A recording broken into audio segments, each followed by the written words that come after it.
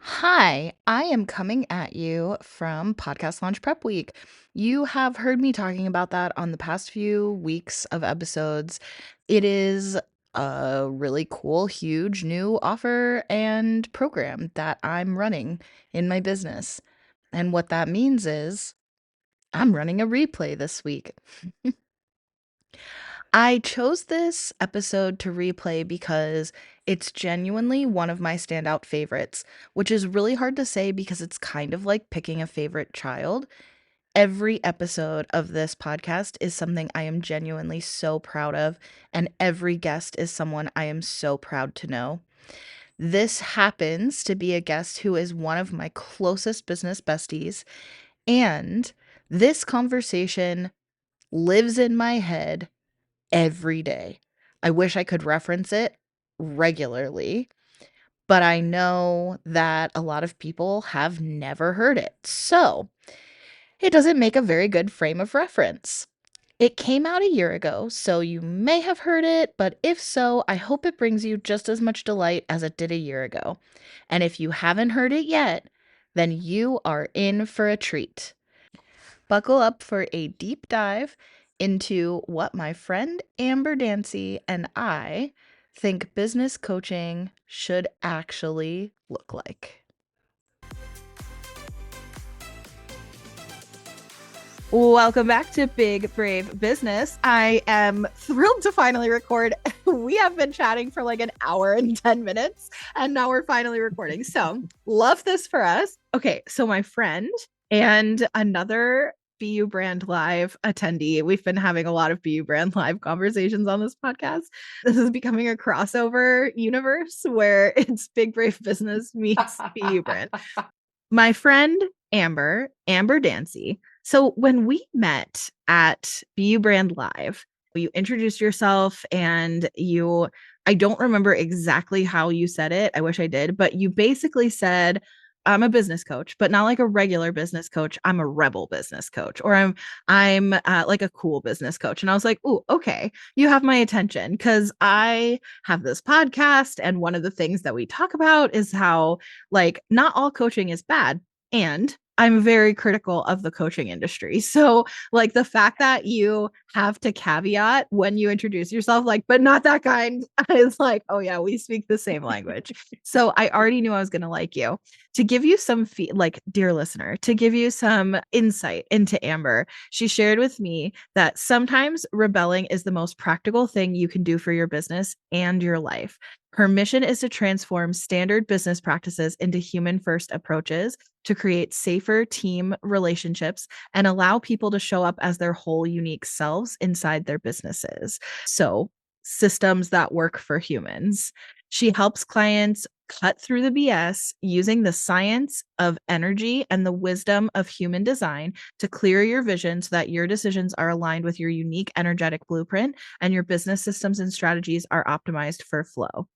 So I love this part. She says, as we say at Practical Rebel, you get to do this however the fuck you want. And that is so much of the stuff that we talk about. And what I like about the way you've infused all of this is I know you that your background is kind of traditional operations, that you have Mhm, like all the way back into like military service and the mhm. corporate world. You have actual operations, knowledge, experience, credentials. And then you also are like, hey, I'm not coming for you about your energetic woo woo shit. I'm on board with that too. Like, let's Yeah, blend all of these things together. So I love that about you. And welcome to the podcast officially, finally, Amber. I'm so excited to be here. Absolutely so excited to be here. And here's the truth of it, right? Like we have been told, I think, for years, like these two, the energy and the practicality get put in like two different boxes. Like we can't seem to focus on both at the same time. And the truth is it is both because as human beings, we are both. We operate in energy and we like need practical like down to earth embodiment techniques to do things. Sometimes we need accountability. Sometimes I just need someone to fucking tell me what to do today. Like that happens. But in business, so often we put ourselves in these boxes where we feel like we can't have both, or Yeah. we have to sacrifice what we really want because we have to do it this way, or so and so said that this was the only way that we could, like, the only way to be successful in business is for you to do XYZ, or you have to have a podcast. Or you have to sell courses, or you have to do one-to-one, or everyone has their opinion about the strategy. And the thing about it is that all strategy works. There's no strategy that doesn't work. They don't all work for you. They don't all work for your business. They don't all work for your life or your team or your clients. Those are where the humans come into it. And we spend a lot of time trying to like stuff things into these boxes instead of going, what would bring me joy? What would light me up? What would feel really damn good for me? And then how do I actually get that to work inside my business? Oh, and what lights up my team? What makes my team feel really good? Mhm. What lights up my clients? What makes them feel really good? What are the ways they want to operate within my systems? How do they want to be sold to, talked to, communicated with inside my processes? So is my team actually doing what they're excited about, what lights them up every day? People aren't having those conversations. Yeah. I said it before, but you're gonna hear me say it a lot, which is if anybody tells you other than a lawyer, if anybody tells you that you have to do something in your business, they're Yeah, selling you something. And as someone 100%. who sells something, I because Mhm. I have a business, I would never tell someone they have to have a podcast. I have Right. said if you are making a marketing plan and you don't account for audio content, you are leaving money on the table. You are like there that has to be a consideration when you're thinking about your marketing strategy, even if what Mhm. you decide is, I don't have the bandwidth to do this, which is your prerogative to decide, right? Or it's not a priority to Right. me. Just like you could make that choice about showing your face on video, you could make that choice about email Mhm. marketing, you could make, like, yeah, you could make that choice. All those things are important. And also, we're just people with limited energy and bandwidth and time, and you can only do what you can do. So if you choose to not do it, that is obviously your prerogative. But when you're thinking about Mhm. what you want your marketing strategy to be, yes, you should consider how audio content can fit into that. That does not have to mean a podcast, but you Right. should consider how it fits into that strategy. So I'm totally Mhm. with you on the have to. And I love that you also, of course, we've talked about this. My background's also in operations, so we can geek out about this, especially from a leadership perspective. Of Mhm. operations includes the people, it includes the team, it includes Yes. that is a My system gosh. as how your team is working together. That is a system in your business, and I think that does Yeah. get neglected a lot in entrepreneurship and small business, and it's something that's like maybe over discussed in the corporate world. So you kind of have like Mhm. the two extremes. Yeah. Yeah.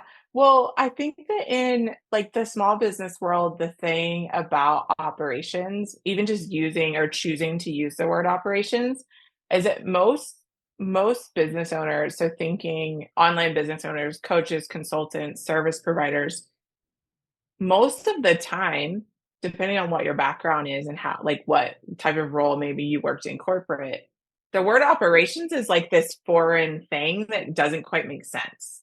Or it's synonymous with complex, or it's synonymous with it doesn't bring in cash flow, it doesn't bring in money, Just gonna cost money. Yeah. it's gonna cost money. Yeah. Or people are like, "Oh, systems. Oh my god, like that just makes my head want to explode. I just want it to be simple." I hear that a lot. I just want it to be simple.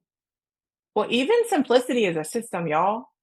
Like, operations is a combination of, like, operations is how you get things done in your business.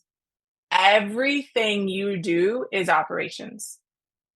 Whether we're talking marketing, whether we're talking sales, whether we're talking delivery, whether we're talking internal team communication, external team communication, or external communication with clients, vendors, contractors, it's all operations. There's no, because we still have to know how we get leads. We still have to know how to set up our systems. We Yeah. still have to know how things get done. So And there's human beings that do that. what do you think the reason is that people are averse to wanting to discuss operations and systems? I think they don't understand it. I think there's a lack of understanding of what it is that a lot of, especially if you think about coaches in particular, they know how to deliver the thing, right? They invest heavily in certifications, in getting the skill set to go create transformation in another human being. Mm-hmm. And they're very good at that. And that's what brings them joy. That's what lights them up. And they get really bogged down by Delivery. all of the detail that it takes to actually create a contract, send an invoice, put together a system. And Schedule so the meetings, remind people schedule the they're coming, meetings. Yeah. follow up Yeah. afterwards. I mean, literally, like all of the delivery. Yeah. All of the delivery. Or on the front end side, they hear the word funnel and they just literally shut down. They're like, ah.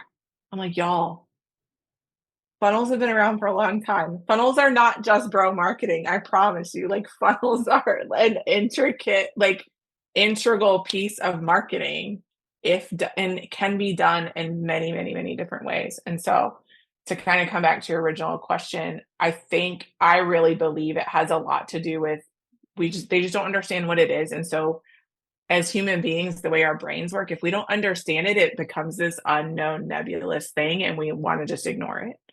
Or we think that it's going to make things more complex, or like systems feels heavy to a lot of more creative visionary people. They're like, I don't know how to do this. What I saw was a lot of abdication of responsibility around operations. When I first started my business and was doing service provider work, that's what would happen is they were looking for someone to save them. So CEOs, business owners, coaches, consultants would be like, I just need someone to come fix it. This is not working and I need someone to come fix it. But they couldn't actually tell me what they wanted or how they wanted things to look or what they want, like realistically, even an idea of what the hope of the outcome of the experience we wanted people to have when they interacted with our business. And when you do that, the operator has no choice but to build it based off what they know and what they like and what works for them. And we're just not having the right conversation.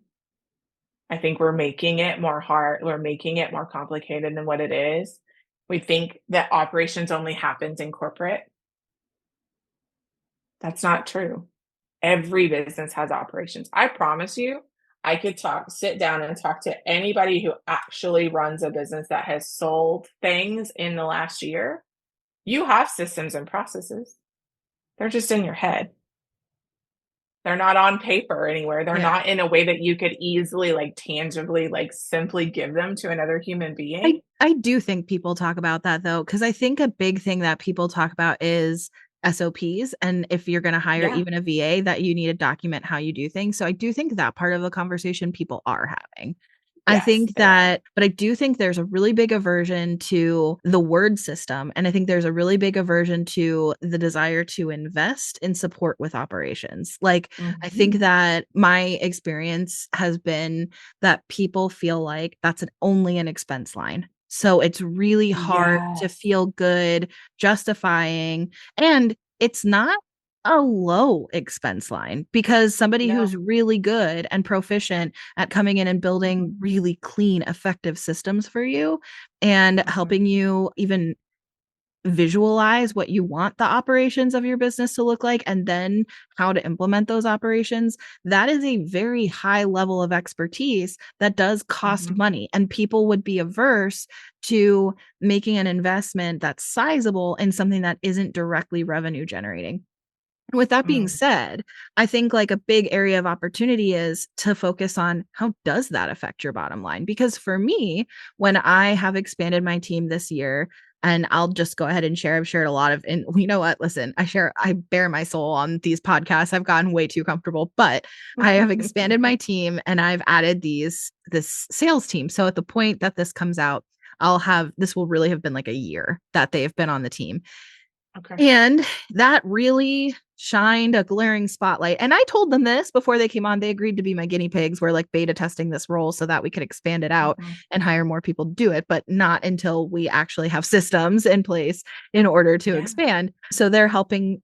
Part of it was come be a guinea pig so that we can find all of the holes so that we can glare a Mhm. shining spotlight on all of the things that are just in my head or really don't work. And one such thing, and this is super like transparent and vulnerable to share, but I'm gonna share it because I know so many people are in the same boat, which is because I run a multi six-figure company and I've been in business for 5 years. And this has still been true in 2024 until 2024 is that I don't have a follow-up process for leads. So people schedule calls with me because they're interested in learning about starting a podcast.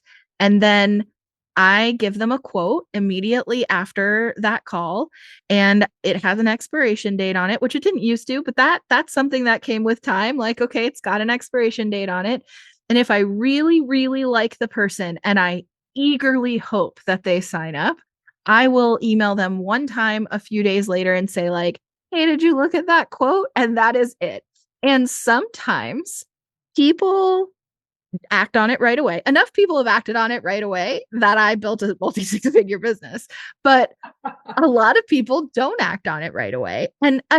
occasionally someone will pop back up in my inbox and say, like, hey, I'm interested now. And I literally don't fucking remember them. Like, I don't know who you are. I don't know when we talked. I'm trying to go back through my inbox to try to, I'm like Googling this person to see, like, will seeing their face trigger a memory? Like, I don't know them. I don't remember what their podcast idea was. I don't remember what the reason was why they didn't launch with me when we originally spoke. I didn't track any of that. I may not even remember what the lead source was of how they came to me in the first place.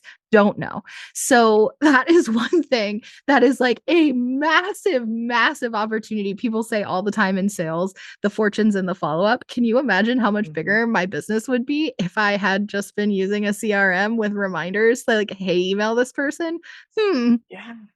And now Yeah. that I have this sales team, I'm like, hey guys, so I do probably have some cold leads. You could go try to warm up, but I'm going to have to Yeah. dig through the archives of my email inbox to find those people so I can put them into our CRM now.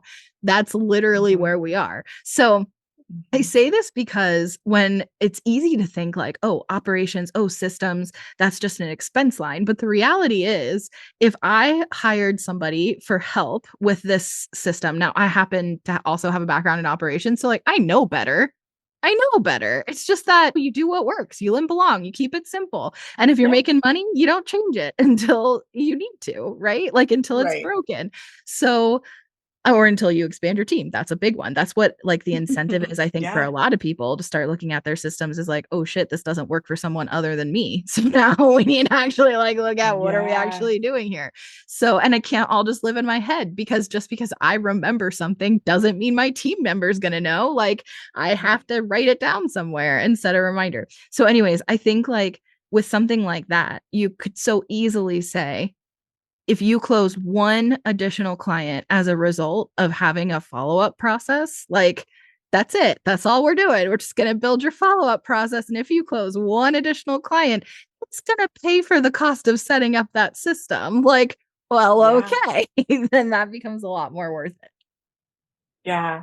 That brings up a really good point back to the original question, and I'm going to tie the two things together.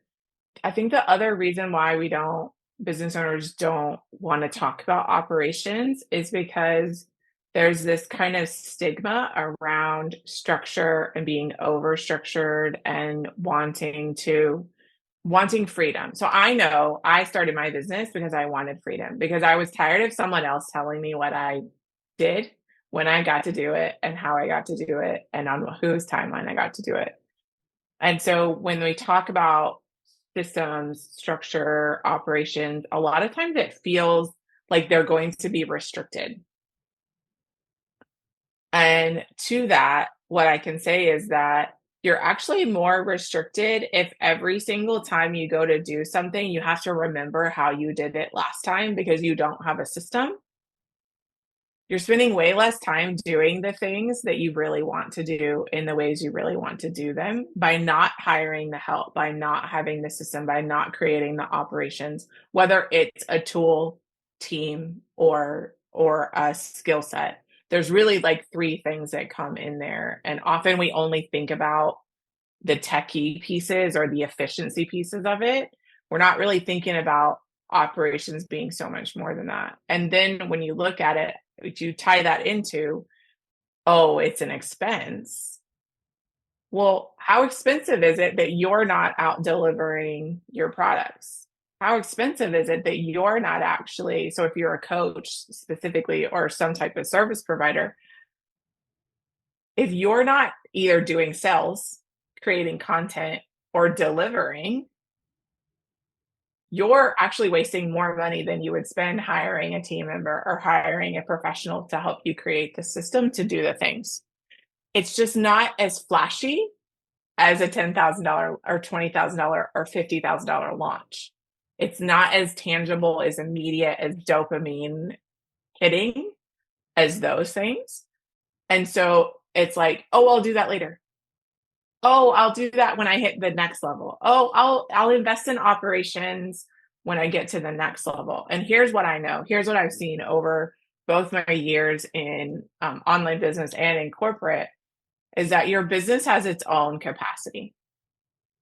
And when you're working and you're filling and you're like hustling to kind of make those first six figures in particular, you're operating mostly off of your personal capacity and potentially maybe like that of a very part-time team member.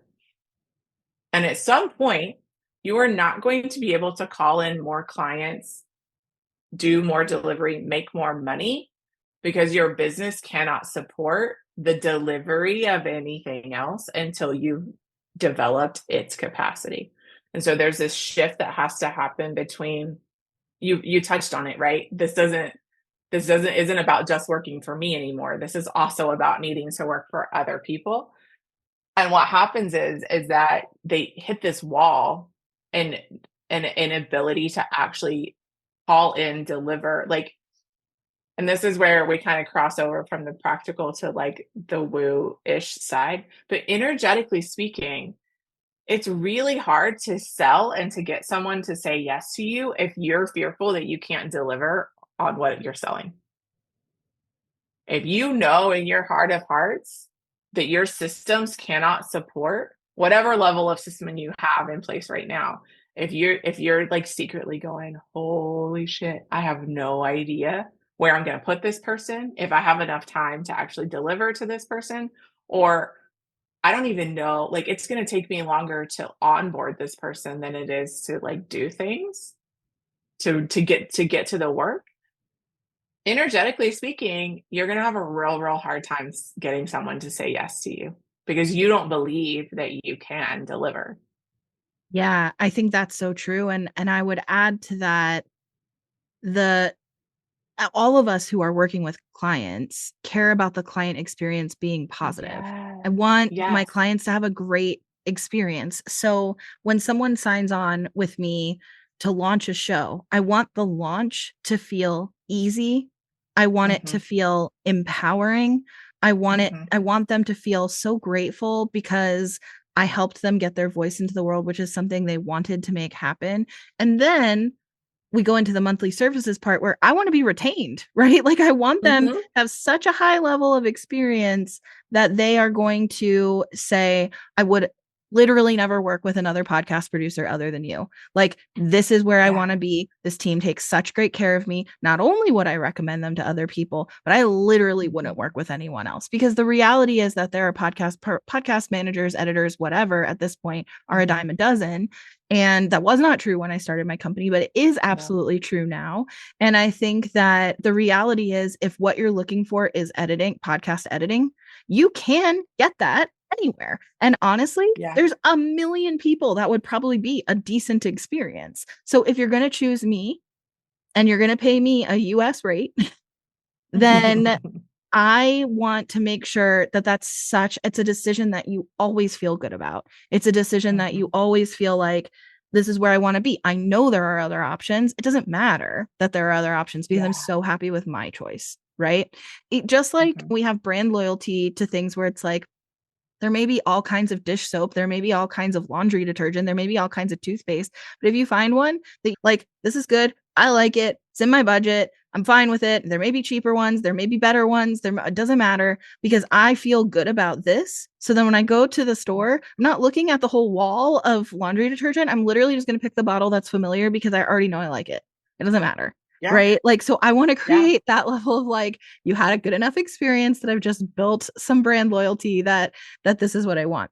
And so in order to protect that client experience, I have to be Mhm. thinking about the systems in that. And to me, Amber, this is fancy dancy, as you will now be known in our friendship. This is this is what I thought I was going to get from a business coaching relationship. So when I hired a business coach a couple of years ago, Okay. I thought you were not you, I didn't know you, the Yeah. proverbial you. I thought you Yeah. were going to coach me about my business. Like I thought that's what we were doing here. Imagine that. That's Interesting. what I Imagine that. expected to get. So I What feel actually like, happened? mm, well, honestly, there's a whole explanation to this Yeah. about this particular experience, but honestly largely what happened is I would show up and she would say, what do you want to talk about today? And I would sort of just talk about whatever was going on with Yeah. me, could be life, could be business, whatever. And then she Mhm. would share some thoughts or resources. And sometimes, if I really was directed, and I had never had a one on one business coach before, so I didn't know what to expect Mhm. or what to ask for or what I was Mhm. supposed to bring.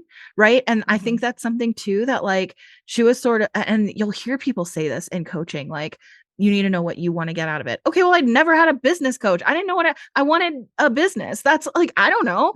And like, I don't know what I want. So I didn't know Yeah. what to bring. I didn't know what to bring up to her. And she was like, unlimited Mhm. Voxer access. She only answered during business hours or whatever. But she was like, Mhm. but unlimited. And I'm like, I don't even know what I would Vox you about. Like, what am I going to send you? I don't know. Hey, I had Yeah. Cheerios today. Like, I don't, what am I supposed to say? So like, that didn't Mhm. ever like it's not that I didn't want a Voxer. I just didn't know what I was supposed to be sharing. So then when I would show up to these and I would kind of talk about stuff, sometimes she would give me, Mhm. sorry, I feel like I'm yelling. Sometimes she would give me some like tasks or some homework, like, okay, this is what I want you to do, this is what I want you to work on. In Mhm. particular, we did some like, I specifically remember this one because I was so disappointed by the outcome, but she we uncovered some money story stuff. And I Mhm. was like, and honestly, it's not that she uncovered it in this situation. I said, I'm reading this Mhm. book about your relationship with money, and here's some stuff it's brought up for me. And she's like, oh, cool. Like, let's talk about this. So we Uh-huh. started working through some stuff. One of the things that I really was struggling with is like this whole idea, and this is a common one, that money is the root of Mhm. all evil. Like, Yeah. being rich is inherently bad. So, like, Mhm. how do I deal with that? Now, interestingly, I got better money coaching from my partner than I did from my business coach, which we can talk about if you want. But basically, she said my homework was to find role models who are rich people who are doing really good things with their money, and that I should Mhm. spend the time in between our sessions doing some research on people who make a lot of money but are doing really good things with their money so that I could feel good about the fact that if I had more money, I would do good things with it and that it wouldn't make me inherently bad to have money. Now, this is not a bad exercise. And no No. objection. And I learned some interesting stuff. Nobody really felt like a role model to me though. Like, first of all, what do you Mhm. Google? Rich ladies? Like, that's weird. So then women who make lots of money but are good. Like, Yeah. what? So Yeah. I tried looking for like the like biggest philanthropists in the world and like who's Mhm. giving the most money away. And I did find some pretty like cool things there. Mhm. That's fine. There was still something that felt icky. And I didn't know, what is this ick? Mm. Like, what is this ick that I feel? So, Mhm. anyways, I came back to the next session and I had my notes with me. Like I had taken notes on these people and Mhm. like I had this whole idea, like they're not. I'm like, okay. I did my homework, and she's like, haha, what do you mean your homework? And I'm like, well, you told me that this is what I should focus on. And she's like, oh, good. And how'd that feel? And I was like, well, I don't know, some stuff came up for me. So I don't know, like, what's the next step in this exercise? And she's like, what do you mean? What do you mean? She didn't even remember giving me the assignment. So it was like, oh, well, I Yeah. mean, so then there were a lot of things in her systems that probably could have been better because her delivery could Yeah. have been better, right? And it's not that she isn't a Exactly. good coach. It's not that she couldn't help me. She did help me. Nope. And I made far and away more money back from that coaching relation, like as a result of working with Mhm. her, because she became my client for a while and she referred people to me. So just directly, Ah, like I literally yeah. made money from that relationship, and it built Mhm. trust because she knew me and she knew my ethics and she knew like my work quality. So she was willing to work with me and refer people to me. So it was not for nothing. It was a really expensive networking relationship, but I mean, it did end up paying dividends. Yeah. So if you want to like literally like track an ROI, yes, it was there. Now, Mhm. I didn't get business help.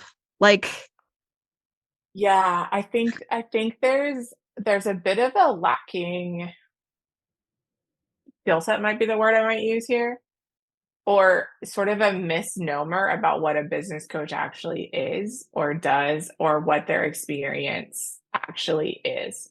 So, what I have experienced personally is that most of the time, business coaches are really successful coaches. Like they have a skill set of coaching and they understand sort of some high level business aspects. Often it leans towards sales and marketing, yes, so front end things in yes, business.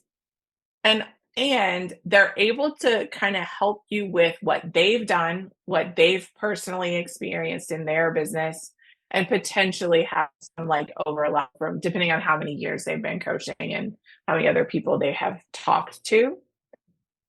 But what and this I'm going to toot my own horn here because this is what makes me different and you brought it up. You touched on it in the beginning. I have physically been inside many, many, many types of businesses and many, many different types of ways. The relationship you're talking about is a bit more surface level than what I expect from a business coach, right? There's it's missing. What's missing is the coaches rely on you as the client to show up with a problem right. and I didn't say, have "Help me one. with this." That's the thing. I And didn't hire a coach because I had a problem. I hired a coach yeah, because I'm good at business and I wanted to be better. That's, but right. like, you're not Right, solving a problem. Yes, you're exactly. right. And so what often is missing from a skill set standpoint is the ability and I think desire truly to not coach the human as much as look at the actual business as an entity all in itself. So this is another thing that I feel like gets really mixed up in the online world in particular is we get caught up in personal brand and we get caught up in you being the face of your business. And if you, especially if you're a coach, you are like that is real. Your relationship and how people connect with you from an audience perspective. I am not like denying that. So nobody come at me. Like seriously, that is real. But the truth is you are not your business. You are not your So business. I don't care important. how we freaking slice it. Mm-hmm. There's two things I know. You are not your business, and your business is not your baby. Neither one of those things are true. If you're operating in that story, you are in an unhealthy relationship with your business. Yes. And that calls back to an episode from several months ago where Dee came on and talked about how founders are up to 7 times as likely to have suicidal ideation. And a huge Yes. part of the reason why is tying our identity, our worth, our value in Yes. our business. I think that is so, so, so fucking important. We have to split those things up that you are not your business. Now, you're very valuable to your business. Maybe your business Yes. could not run or operate or exist without you. Maybe you are fundamental in the marketing and delivery of your business, but Yes. your business is not you. It is its own thing. I really, really appreciate that distinction. Yeah. I actually have an exercise in one of my like mini retreats we do. And this has been a fundamental shift for almost all of my clients is that you're actually in relationship with your business. So if you start considering that you as a human being and your business are two completely separate entities, and you were in relationship with one another, almost as if, you're married or in a love, that's the word I want to use here. Like an Um, intimate a relationship. romantic, intimate Yeah. relationship. Yes, thank you. But we don't treat it like that. And so if you start really thinking about how one-sided it is, like how much you're giving and how much you're holding, how much you're literally like supporting the Mm. business as opposed to creating structures that support you as a part of the business. Because you are still a part of the business in whatever role, like whatever that varies, right? So success on that level looks really, really different for different people. Some people are like wanting to work to like have a business run without them. Some people are wanting to work to like sell a business. Me personally, I love what I do. I can't in the foreseeable future that I see right now, I'll never stop working in my business. I have no intention of ever wanting to sell or have a business that runs completely without me. Now, I want a business that allows me to take time off. I want a Mm. business that doesn't collapse if I like take my finger off the pulse of all the things. That's important. But I will always be a service deliverer inside my business because that's what brings me joy. So I'm going to structure my business around that. Mhm. But that can't be created if the business can't hold me and my team and my clients. We usually do that backwards. Usually, the reason why business owners burn out, the reason why the suicide rates are high is both the vulnerability and the tying of the identity. And it's also just simply that you are one human being and you only have so much capacity to do so many things. Mhm. If you build in the structure, if you allow for systems and operations and team members to come in and create the business structure, you're not holding all those things anymore. The business can literally stand alone. And you get to come in and do the role that you enjoy and to be the piece that feels really fucking good to you. Yeah. And so does everyone else. Yeah. No, I love that. It's interesting. I think a couple things are coming up for me with this analogy that you set. And one is that in a romantic relationship, you would want the other person you're in relationship with, your partner, so to speak, you would want them to have a life outside of you. You wouldn't want them to be Yes, dependent on you. You don't want that to be codependent exactly. in either direction. Also, you you would want your significant other to have other friends. You can't hold everything for them. Yes. Like, I can't be all things for you. I need you to have other outlets that are caring for you and Mhm, pouring into you. That's interesting. mhm. Similarly, my friend posed this question to me. It's now been a couple months, but my friend posed this question to me that really was interesting. Speaking of money stories earlier, which I did, which was about her own journey with her money story. And she said that a friend had posed a question to her. I don't know where this originated from, but it's, would your money want to fuck you? Is the original question. And what she and I ended up Love having a this. conversation about is like, really, Mhm. would your money, what kind of relationship do you have with your money? Similarly, thinking of Yes. it as this entity, right? This separate Yes. thing from you. And I said, you know what? My money and I have come a long way. But I Mhm. think at this point, if I'm really being honest, yeah, money wants to fuck me. We can have a great time, Yeah. but money knows that I am here for a good time, not a long time.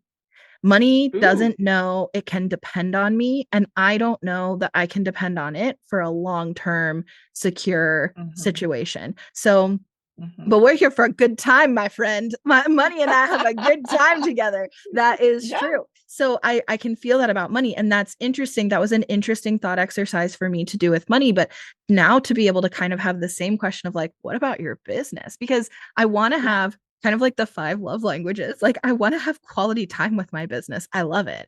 I want to do acts of Yes. service for my business. Like I want, but Well, I love this. also I need to be my own person. Sometimes I need space. Sometimes I need Mhm. rest. I also need other outlets other than just my business. Like that for Yeah. sure. Just like my business needs other people besides me to hold some things for it. I also need other things other than my business. I need other creative outlets. I Yeah. need other ways to cope with things. I need other sources of Mhm. socialization. I need, like, they can't Yes. all be in my business. And that is something No. that there have been seasons of my business already just in these 5 years where that has been true. Mhm. That's fucking interesting, Amber. It really is, and I love that question. Maybe I'm gonna start using that, except for we'll talk about it as your business, but that's the thing, right? So, is it codependent? Would your business wanna date you? Would you wanna date your business? If you're really thinking about how you're showing up in Yeah, how relationship would you together. classify it? Because dating is different Yeah. than marriage, right? Like, and Yes. and even marriage, there's the potential for divorce. So, like, what is that? Are you in life partnership with your business? Is this just a casual thing? Are you Right. starting something? Like, where are you? I feel like my business and I are building a life together. And so far, it's been Mm. wonderful and fun and magical. But like, we have such a long road ahead of us that looks so fun and exciting. And we both know we'll be okay without each other if that's where it ends up going. Like, we both know we'll be okay. Like, that's Right? genuinely where I feel like I am with my business. We're having a great Yeah. time and we're building something great. And when you start really, like, defining that and paying attention to it, shit comes out of this. When we start Mhm. having this conversation, when we start really digging into what is your relationship with your business and what relationship do you want to be in with your business and what do you want that to look like? What do you want that to feel like? How do you want to show up? Are your needs being met? Are their needs being met? Like all of this is not conversation we're having because we've literally enmeshed it like you and your business are not separate entities most of the time. And I just have this like huge desire to want for people to really allow themselves to look at it, to play with it, to be aware of it, to ask the questions, to think about what that relationship looks like. What do you want it to look like? What do you want to experience? You know, are you in a codependent relationship? Does it feel good? Like, if your business were a human being, would you want to be in relationship with it? The way that it's structured right now? The biggest difference though, and the thing to know about this is like if you sort of identify that you're not in the relationship you want to be having with your business, unlike another human being, you do have the ability to change what's going on in your business. Yeah, Like if you were in partnership with a real human being, you have very little control over whether that entity changes, right? That true. human being Right. makes change. You can influence, you can have conversation, you can ask for your needs to be met, but like you can't make them change. True. In And you your business, can. you Yes. can. Yes. You can change, but you have to be willing to look at the things you're not looking at. You have to be willing to go, oh, maybe I wouldn't want to fuck my business right now. Maybe my business would not want to fuck me right now with the way that we're acting, right? That, man, Like, that's a big one though, actually, is the reverse. How does your mhm. business feel about you? Right. And I did that with money, Yes, right? Because I was like, yes, money knows that I'm here for a good time, not a long time. Money doesn't know it can count on me. Right. Like, that's what I yes. did with the money conversation is I was like, ooh, how do I show up for money? Because I don't trust money and it knows it. There you go. Right. Like, Yeah. I don't trust myself around money.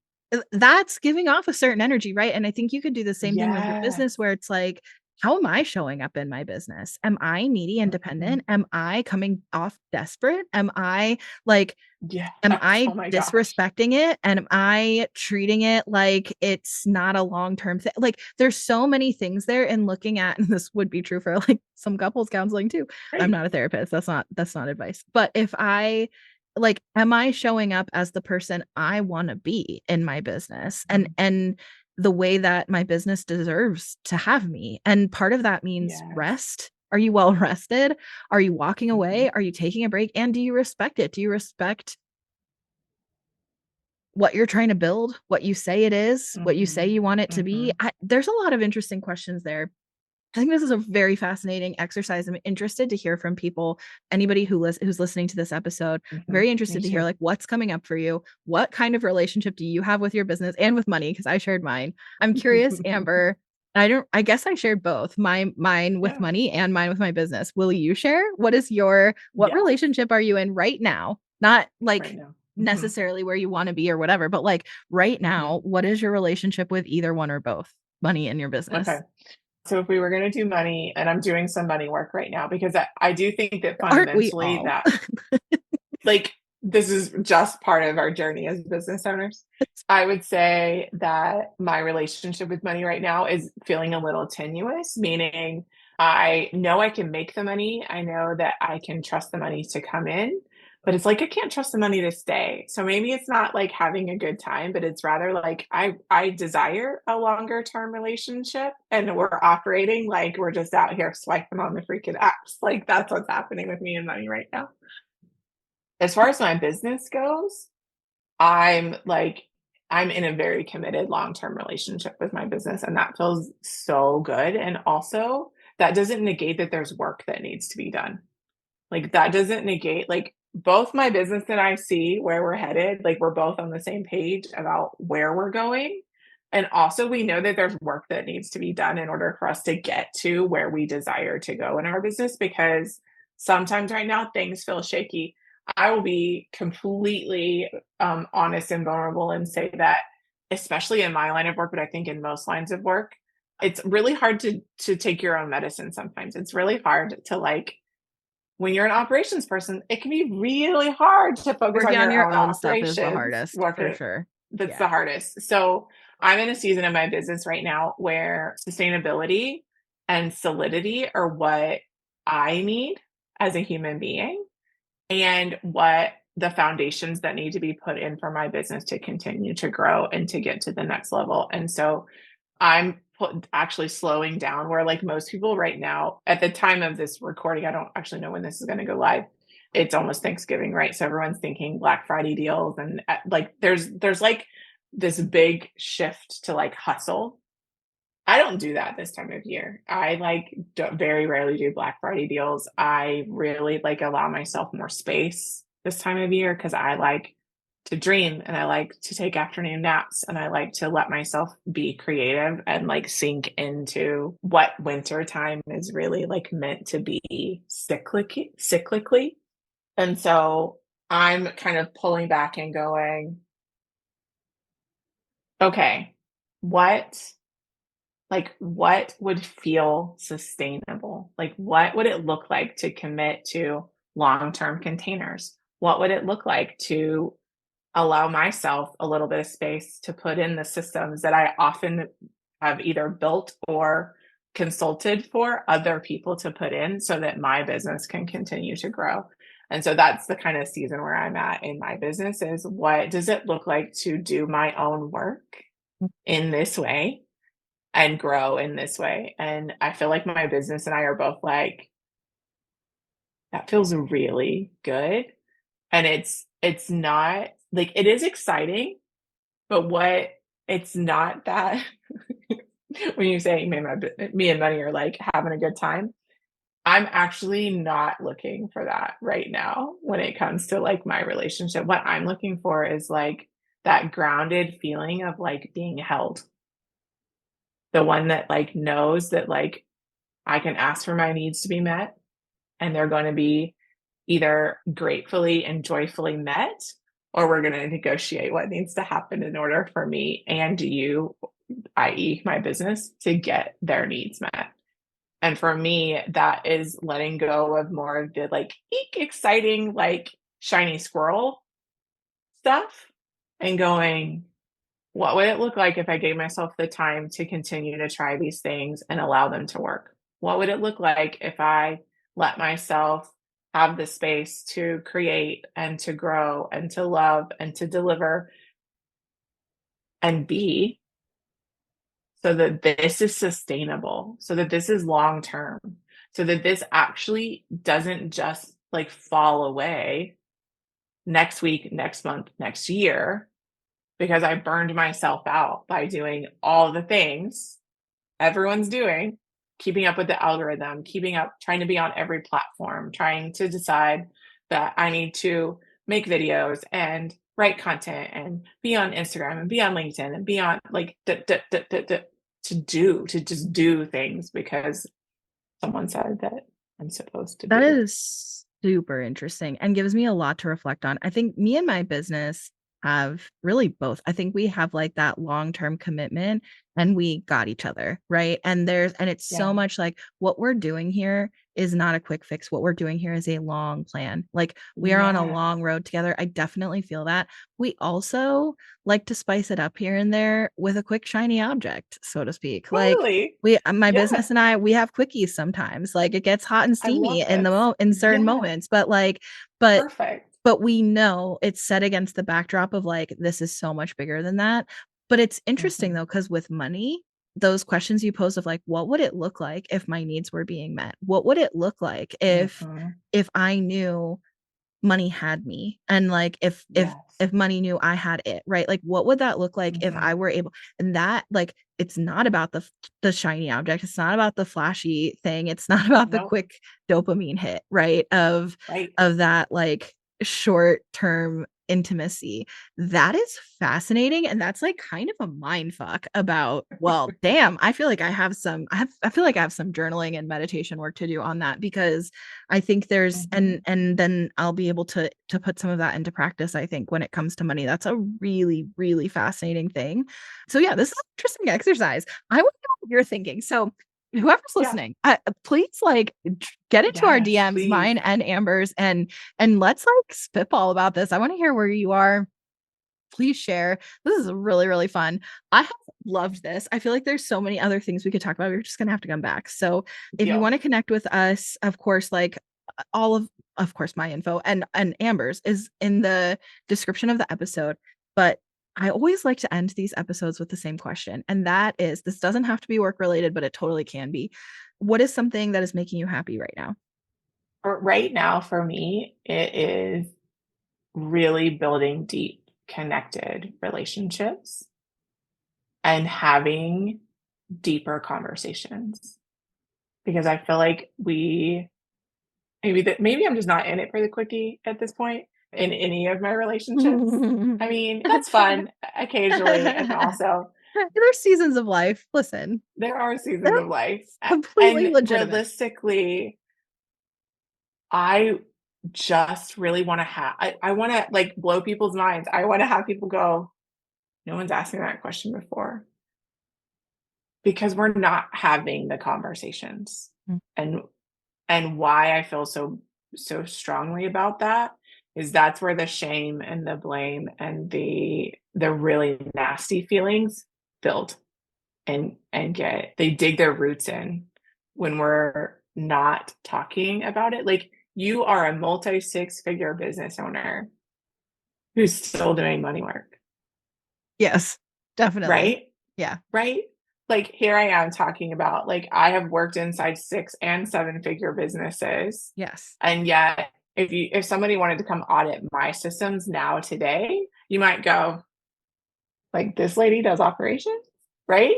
Not all my systems are like that, but there's pieces of it, right? So, but we're not having the conversations. We're not allowing ourselves to just be really vulnerable and get below the how are you? How's the weather? Oh, right, I'm good. And really dig in and go, yeah, this is what's really going on in my life. And this Being is brave. what's really like, yeah, I being, am. yeah, That's what I'm doing. yeah, yes, you are doing. You are That's one of doing. my favorite things about this podcast is like, and in this Yeah. case, you and I are already friends, but sometimes I'll like Hmm. get on calls with people that I literally just met and I'm like, let's bare our souls. And here I am, like, I'll show you mine, you show me yours, right? Like, and so, and usually people go for it. And at the end, I've had people say to me, like, well, damn, we like really just went in. Like, that was really vulnerable, but you just made it feel easy. And I'm like, oh yeah, that's what I'm Yes, here you for. did. Like, That's what I we're do. going deep. Yeah, I love that. Okay. Yeah. So let's see. Something that is making me happy right now. I feel like I Mhm. should do something work related because it's always, I feel like it's almost Mm. always personal. But that's because I'm a whole person outside of my relationship with my Yes, business. you are. Something that's making me happy with work right now is that I shared on this podcast in July, which is crazy because that was like a while ago, that I did what I called a bare minimum July. And I'm also doing that this winter. So bare minimum Mm. November, December, which is part of the reason why you mentioned we're recording this. It's before Thanksgiving. It's not coming out until February. That's a plan Yeah. so that I can do bare minimum through the holidays.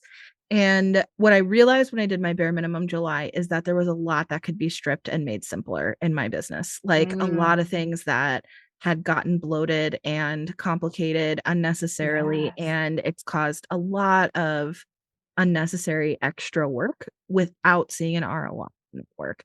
Now, there Mhm. is still part of me that thinks in 2025 that I'm going to see some ROI from the work in 2024 that didn't have a direct, like, kind of like a farmer. Yeah. Like, I was planting seeds, they're germinating or whatever the fuck seeds do. I'm not a farmer. And in 2025, there will be a harvest and it'll be bountiful. Like, there There is will part of me be. that does Yeah. really believe that will come to a certain degree, but I also know, speaking of toxic relationships with your business, it's not sustainable for me to keep doing this. It has felt Yeah. fine for the most part this year Mhm. because I love it. So, but it's Mhm. not healthy for the rest of my life. Like, I do have an actual Yes. partner who deserves to have more of me, and he's gotten a lot Yes. less of me this year when I've been in a more intimate relationship with my business than him in certain seasons. Like, that's Mm. not sustainable, right? So It's I not think sustainable. that 2025 needs to look like, and kind of related to all the stuff we've talked about. 2024 was about building what I kept saying is systems, processes, and team, so that in Mm. 2025 I can step back. So Yeah. so now I'm actually looking at working with my team on implementing some of these things that we've been building and planning and Mm. removing myself as a bottleneck. It's like Oh, yesterday at the that's time a we're big one. recording this, I had a conversation with a team member and we were talking through some of the stuff that we're trying to build out these new funnels and follow-ups, which we talked about in this actual episode. Yes. And there's some stuff that they're like waiting, my team is waiting on me to approve and to rewrite. And I said, you know what? I trust you. So Oh, I need you to run with what you have and not let me be a bottleneck here. And if there is ever something that I happen to see in a funnel or whatever, or sales sequence, and I'm mhm. like, oh, I'd like to rewrite that, I will just rewrite it, or I will just send it to you and say, hey, can you update this? I think it should reflect XYZ. But I trust her or she Yeah. wouldn't be on my team. And I Exactly. know that she's very good at what she does. I know she's very good at her own expertise, but she's also really knows mine. I really know I can Yeah. trust. I trust her with my clients. I certainly trust her with my copy. Like, it's an email. Yeah. What's the worst thing? It's not going to cause harm. It's the worst thing Oh, that's going to happen. So it's like, we could no, have a no, no. whole podcast episode on that. We need to remove some of this bloat. We need to remove me from some of these processes that are holding you up. Like, Mhm. I've become that manager that used to annoy the shit out of me to have, like, back in the days when you like worked at a restaurant or whatever. And some people work at Yeah. restaurants as adults, but as a teenager, when you're Yeah. like, oh, this old lady needs to get off the line, like, she's holding me up. I've become the old lady. It's fine. So I'm like, Yeah. I recognize this. And it feels really good to say, like, I trust Mm. you. I'm removing myself from this. And I feel like you don't need my approval. Just do what you need. If there is something you need from me, like you literally can't move forward without it, then tell me that. Mhm. Do me that one. But otherwise, just do it. You know what? Right now we have Yeah. nothing. So whatever you build is better. We can always improve it. It's never going to be Right. perfect, even if I wrote it. Like, it's not going to be perfect. So Exactly. what the fuck? Why does it need to be me? Let's just remove me as a bottleneck. So, anyways, Oh. that's bringing me joy because it's kind of been sitting on me. It's like all this stuff on my to-do list that I haven't been doing, and people need from me, and they're Mhm. asking like, "What's the update? What's the update?" And I have to keep being like, "It's open in a tab on my browser, but it's not. I'm not dealing with it, right?" Like, so yeah, it feels good. I Yeah. closed the tab. I was like, you know what? It's good. Go, just do it. Just go be. Go be. That feels good. That feels really good. So that's Yeah. bringing me joy. And hopefully by the time this comes out, like, it's functioning. It's not just a we're building it. Right. It's like, oh no, we're doing it now. But Mhm. yeah, yeah. Ugh. That brings me joy to hear about business owners doing that. Like, those are the things. Yeah. Like, those are the types of conversations that, like, really, like, allow you to release being in a codependent relationship with your business, with your team, with your structures. Because you're right. You don't have to be the only. nope, I can And it feels trust her with really my good when you business. let that go. Yeah. Yeah. And to have somebody on your team you really trust. Like Mm, I think that's another thing too, because I've worked in so mhm. many teams myself where I wasn't trusted. So, and it's like, God, like Yes. if you would just trust me, there's so much more I could do to contribute value. Mhm, And not mhm. having that trust from the person who's leading that team is infuriating. So, to Yes. have built a team that I trust, and I wouldn't have built this team if I didn't trust them. So I do, and Right. they've been on my team for a year now. Like, so they very much know what they're doing. Like, Yeah.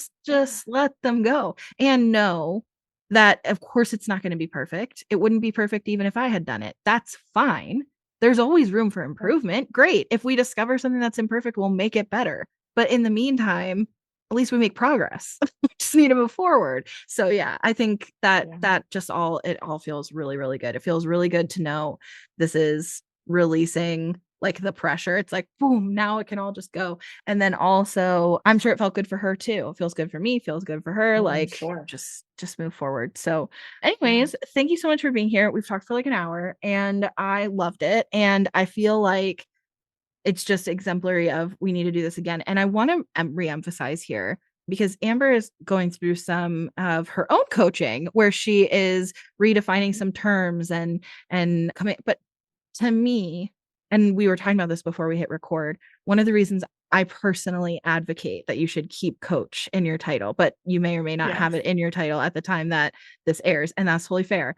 But the reason why I Mhm, advocate for it is because to me, these are the kinds of conversations that should take place with your business coach. You can have a life coach that mhm, talks to you about like some of the same kind of stuff, but the mhm, difference to me is that a business coach, a really good business coach, is going to be able to take that conversation about what kind of relationship you're in with your business, what do you want it to look like, and they're going to be able to then mhm. double click on that and say like, how do we look at the actual behavior systems processes team, Yes. etc., to build what you want this to be, to change the things that aren't serving you. Like if your business coach can't have that level of conversation with you, Amber is a great person to talk to.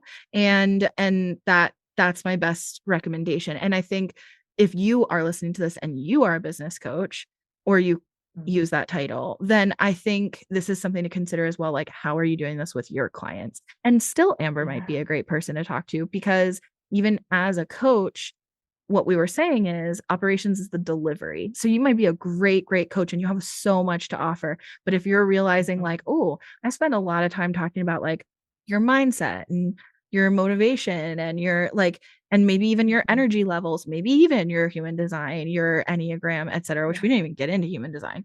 But We didn't. maybe you do spend most of your time there, but you're not actually talking about systems, operations, processes, team, then like Mhm. Amber can still help with that. So all her information is going to be in the description. Definitely I want to have you back. I think there's a million more things we could talk about Yeah. and I just adore you.